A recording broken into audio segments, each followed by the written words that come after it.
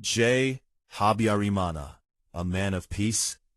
According to the lawyer of the Rwandan Patriotic Front, in the legal case currently being investigated in France, the author of the attack of April 6, 1994 in Rwanda would be the regular Rwandan army of the time, more particularly the Presidential Guard. Here are our observations. Firstly, even if the arguments of those who accuse the Rwandan Patriotic Front of being the direct author, on the ground in Kanombe, of the said attack are debatable, the fact remains that this movement could have been aware of this affair. Because, as Colonel Marchal pointed out, the Rwandan Patriotic Front was already ready to resume fighting and seize power by force, which requires preparation beforehand. Secondly, the accusation according to which the Presidential Guard of the late President J. Habyarimana was the author of the attack of April 6, 1994. This accusation is in turn very debatable. In fact, the real leader of the Presidential Guard was the Colonel Sagatwa. However, he was on the plane that was shot down, and he was killed. Furthermore, the Chief of Staff of the Rwandan Army at the time of the events, Major General D. Nsabimana, was also on the same plane, and he was killed. Without forgetting that the late President J. Habyarimana was also a soldier with the rank of Major General. So he had to have his own military intelligence service. For all these reasons, unless irrefutable material evidence is provided, it appears very questionable to accuse the regular army of the time of being the author of the attack in question.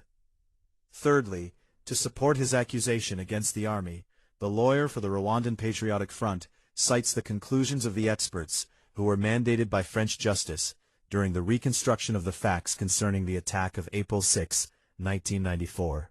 This in the context of a complaint which was filed by the families of French soldiers who were killed in the same attack. According to the lawyer for the Rwandan Patriotic Front, experts have established that the missiles were fired from a distance of 500 to 800 meters inside the Kanombe military camp. According to the same lawyer, this would be irrefutable proof of the responsibility of the army, because according to him, this military camp was run by soldiers from the entourage of the late President J. Habyarimana. Then, the Presidential Guard assassinated the Prime Minister the day after the attack, he added during his testimony on Radio France Internationale. Therefore, for the lawyer of the Rwandan Patriotic Front, these elements would prove the responsibility of the army concerning the attack of April 6, 1994. It should be noted that these arguments are not new. Since 1994, we have already heard them from various experts on Rwanda and on terrorism cases. However, I would like to raise a few questions, based on my status as an ignoramus in military matters and as a modest citizen. What material evidence would prove that it was missiles that were used to commit the attack of April 6, 1994? Everyone tells us about missiles, but no one has presented us with the slightest proof to date. Besides, I wonder why the experts went directly to orient their expertise on the ground based on this hypothesis of missiles. Would there be material evidence which would prove that it was missiles that were used? It might be true, but we need physical evidence. According to comments from certain observers, the remains of the wreckage of the presidential plane are still found, today in 2015, in the same location of the 1994 attack. However, according to the opinion of other independent experts, only the immediate analysis of the remains of the plane just after the attack would have made it possible to know the nature of the weapons which were used by the perpetrators of the said attack. According to the same independent observations, there is another complementary element to know the truth. It would be the analysis of the black boxes of the plane. Curiously, these black boxes remain untraceable. Some experts would even claim that the presidential plane did not have black boxes. Regarding the possible responsibility of the Presidential Guard, who would have assassinated the president as part of a coup d'état, according to the lawyer of the Rwandan Patriotic Front, as I have already indicated previously, this assertion seems very questionable, because all the army leaders were on the plane that was shot down.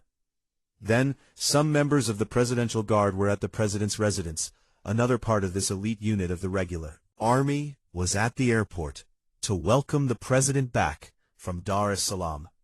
According to consistent testimonies, it was the members of the Presidential Guard who protected the presidential family when they were the target of the attackers just after the attack of April 6, 1994. For this, it is impossible for the Presidential Guard to have carried out a military coup and then attacked the family of the deceased president, for whom she was, at the same time, responsible for protecting. On the subject of the missiles, which would have been used to commit the attack of April 6, 1994, the French justice had presented a metal part which would, it seems, be one of the components of the missile, which would have been fired against the presidential plane. On this metal part, there would be a serial number. If this is the case, there would be no need to carry out very complicated and very expensive research. It would be enough to carry out a simple investigation to determine the origin of the missile based on its serial number. And from this information, we will know who bought this missile and will explain to us how this weapon arrived in the garden of the presidential residence in Kanombe. In accordance with the same testimony of the lawyer of the Rwandan Patriotic Front, I would like to ask for explanations. Would an investigation have been carried out to determine the origin of the said missile and its possible manufacturer? If so, was the said missile purchased by the Rwandan army before April 6, 1994? Or was this missile purchased by another buyer? If yes, which? If the buyer of the said missile is known, what are his explanations concerning the presence of this weapon in Rwanda, more precisely at the crime scene in Kanombe? I would like to make some observations on the reconstruction of the facts concerning the attack of April 6, 1994, a reconstruction used by the lawyer of the Rwandan Patriotic Front to defend his clients, which is entirely understandable and legal. I carried out a small independent investigation as part of my personal research to find out how this reconstruction of the attack of April 6, 1994 took place. According to various testimonies that I obtained, no member of the family of the late President, J. Habyarimana, would not have participated in this reconstruction of the attack of April 6, 1994. No member of the former Presidential Guard was seen on the scene during the so-called reconstruction of the facts.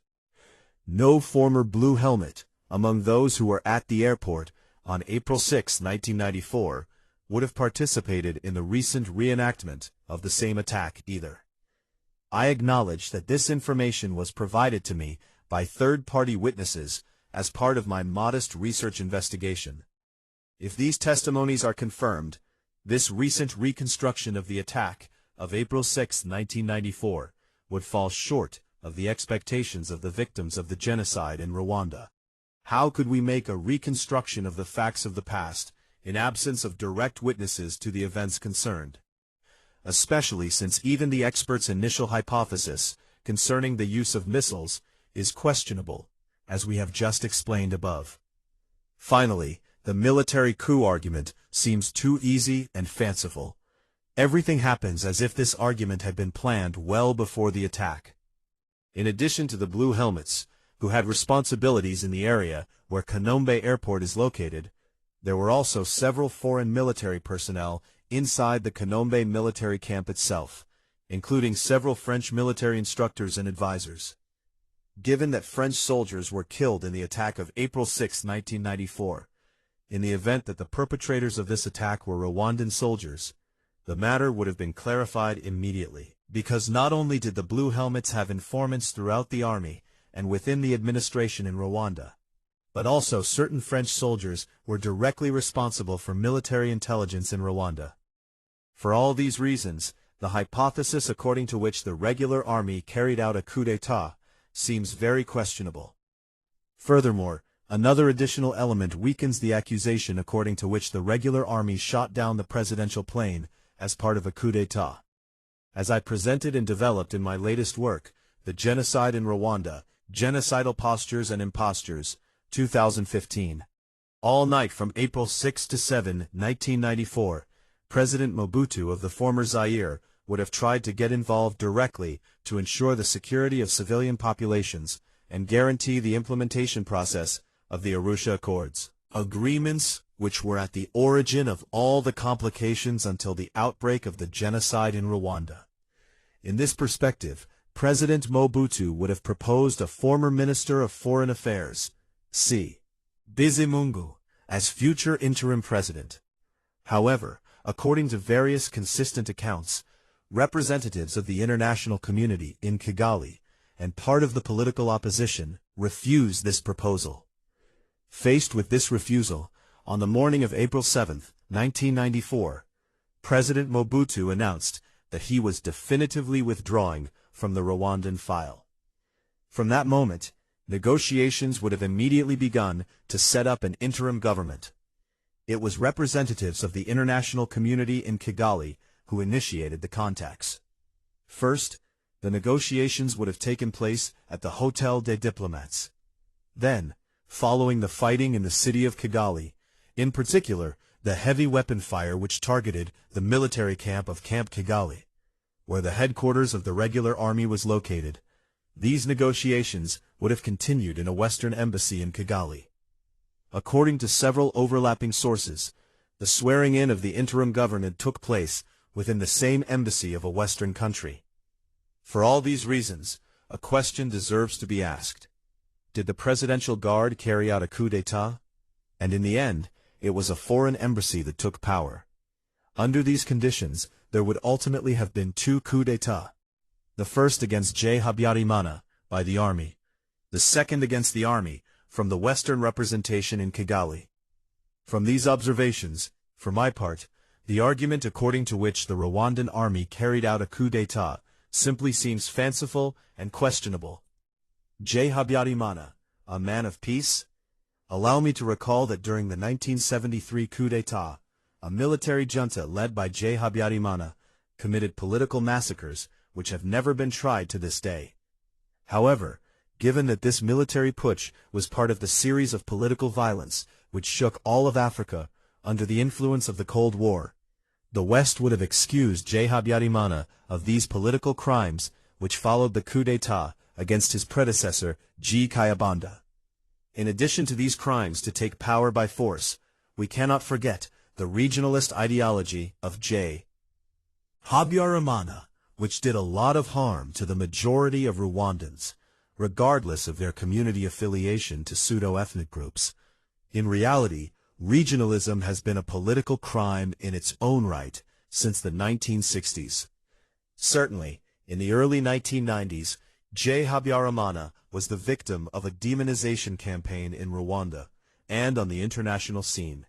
Yes, Habyarimana was the victim of an attack and was killed in conditions unacceptable for any human being, president or not. But to publicly affirm that Habyarimana was a man of peace and that this is why he was assassinated by his own people, according to the lawyer for the Rwandan Patriotic Front already cited, I would not go that far. And it is not the families of those who were massacred in 1973 who would say the opposite. The pacifist aspects of Habyarimana's exercise of power were linked to political calculation. Like any politician, he adapted his strategy to historical circumstances to stay in power.